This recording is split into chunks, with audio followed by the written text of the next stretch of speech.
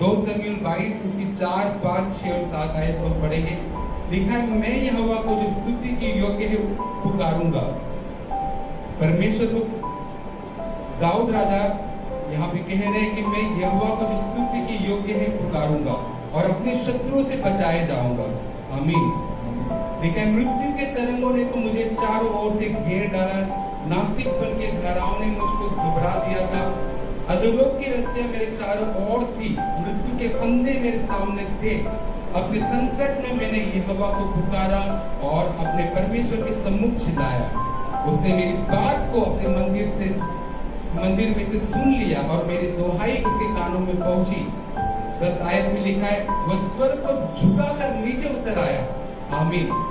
वचन कहता है, जब आप उसे पुकारते हो सिचुएशन के समय, यहाँ पे दाऊद राजा के जीवन में समस्या क्या थी? बड़े बड़े राजा उसके विरोध में खड़े हो गए थे। बड़े बड़े जो दुश्मन उसके शत्रु थे, उसके चारों ओर से उसने उनको दाऊद राजा को घेरा हुआ था। साउल उसके पीछे पड़ा हुआ था। उसे सामर्थी जो राजा थे उसके सम्मुख खड़े थे, उसको चुनौती दे रहे थे। और पर उसने क्या की? जब मृत्यु से वो घिरा हुआ था, जब चारों ओर से रास्ते दिखाई नहीं दे रहे थे, तो वचन कहता है उसने अपने परमेश्वर की दुहाई दी। उसने किसके सामने चिल्लाया? परमेश्वर के सम्मुख। लेकिन आज हम क्या करते हैं? जब हमारे जीवन में समस्या आएगी तो सबसे पहले हम मनुष्य की ओर ध्यान देते हैं, मनुष्य को देखते हैं, अरे कौन मेरी सहायता करेगा? लेकिन बाइबल में लिखा है, जो मनुष्य पर विश्वास करता है बाइबल उसे श्रापित कहती है, लेकिन जो प्रभु पे विश्वास करता है बाइबल उसे आशीषित कहती है। दाऊद राजा ने क्या किया? उसने मनुष्य से सहायता नहीं ली, लेकिन उसने किससे सहायता ली? प्रभु से सहायता ली। उसने किसको पुकारा? प्रभु यीशु मसीह को पुकारा।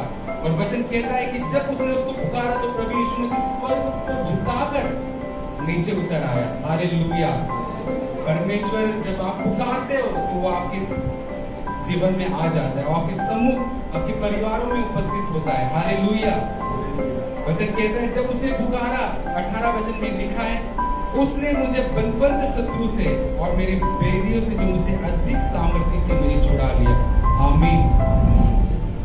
जो बलवंत शत्रु थे, परमेश्वर ने उसको उसके बैरियों से, उसके दुश्मनों से छुड़ाया। हालेलुया। कई बार हम सोचते कि प्रभु हम इस बात से कैसे बाहर निकले? प्रभु अभी हमारी मदद कौन करेगा? प्रभु अभी आगे क्या?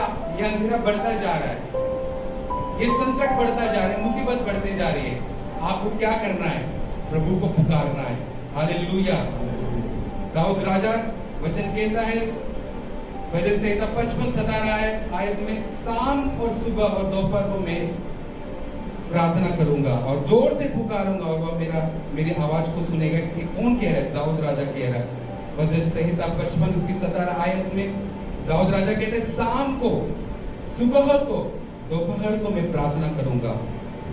कैसे छुड़ाया गया दाऊद राजा? मृत्यु ने तो उसे घेर लिया था, उसके चारों ओर बलवंत शत्रु थे। ये नहीं लिखा कि शत्रु, लेकिन लिखा है कि बलवंत थे, गिनती में बहुत थे। असंभव था दाऊद राजा का उस सिचुएशन से बाहर निकलना। लेकिन दाऊद राजा कहता है कि मैं शाम को प्रार्थना करता था, सुबह प्रार्थना करता था और दोपहर में प्रार्थना करता था। हालेलुया। नो मैटर आप किस चीजों को फेस कर रहे हो, किस क्राइसिस को आप देख रहे हो, किस ट्रबल से आप गुजर रहे हो, मैटर यही करता है कि अगर आप 3 टाइम प्रार्थना को करोगे तो देखना परमेश्वर कैसे उतर के आपके जीवन में आएगा और कैसे आपको आजाद करेगा। आप हैरान हो जाओगे इस चीजों को देखकर। हालेलुया। लाखों का कर्जा चुटकी में परमेश्वर खत्म कर देगा। परमेश्वर सामर्थी है। हालेलुया। वो बीमारी कितनी बड़ी क्यों ना हो, परमेश्वर उससे आपको बाहर निकालेगा। हालेलुया। परमेश्वर चाहता है कि आप शाम को उसे पुकारे, सुबह उसे पुकारे।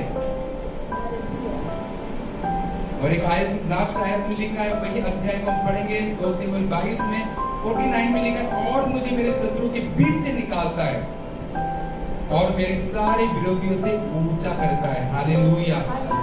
तुम्हारे विरोधियों से जब आप प्रार्थना करोगे तो प्रभु आपको ऊंचा उठाएंगे। आमीन। आपके फाइनेंशियल जीवन को ऊंचा करेंगे। हालेलुया। आपके लेवल को बढ़ाएंगे यीशु मसीह के नाम।